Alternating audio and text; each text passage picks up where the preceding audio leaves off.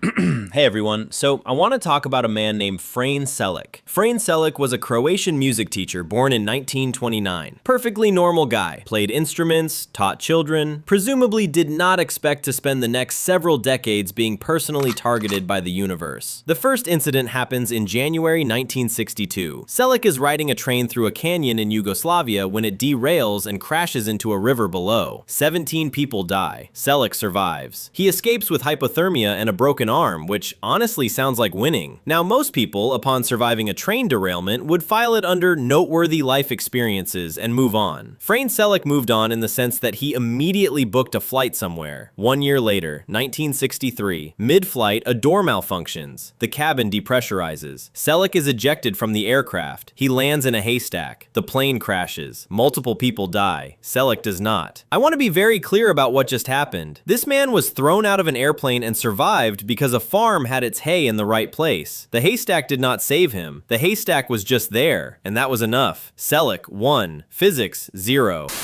1966. He boards a bus. The bus skids off the road and into a river. Several passengers drown.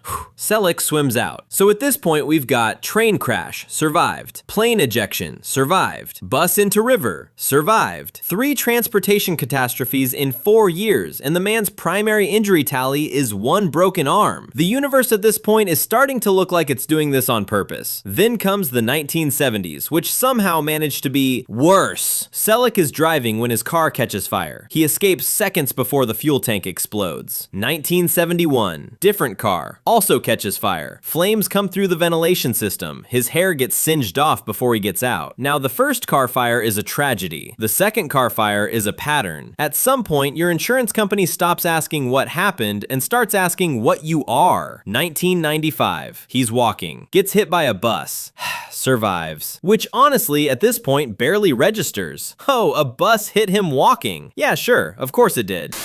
And then 1996, driving through the mountains, truck comes around a corner. Selak swerves to avoid it, his car crashes through a guardrail and plunges off a cliff. He had already jumped out. He is now hanging from a tree, watching his car fall several hundred feet into a canyon and explode. Like a man who has simply had enough of cars. Which, fair. That's the list. Train crash, plane ejection, bus crash, exploding car, second exploding car, hit by bus, car off a cliff. 7 incidents across 34 years. And he's fine. He's just a guy. He teaches music. He goes home. He is somehow still fine. And then in 2003, Frane Selak buys a lottery ticket. He wins the equivalent of roughly $1 million. Now, I'm not saying the universe felt bad. The universe does not feel bad. But if it did, this is exactly what a begrudging cosmic apology would look like. Here's a check. We're square. He reportedly used the money to buy a house and live quietly, which in context is the most heroic thing he did. After surviving enough disasters to supply a film franchise, the man looked at his situation and said, you know what? I'm going to stop now. Smart. Correct. Unprecedented levels of self-awareness for someone the universe clearly has unresolved feelings about. Now, to be fair, some of the details here have been disputed over the years. A few of the incidents are hard to independently verify, and the specifics shift depending on who's telling the story. It's possible some of this got a little embellished somewhere along the way. But whether he survived 4 disasters or 7, the man won the lottery after a lifetime of this, and that part is documented. Anyway, moral of the story, I don't know, maybe buy a lottery ticket, maybe avoid buses, maybe both in that order.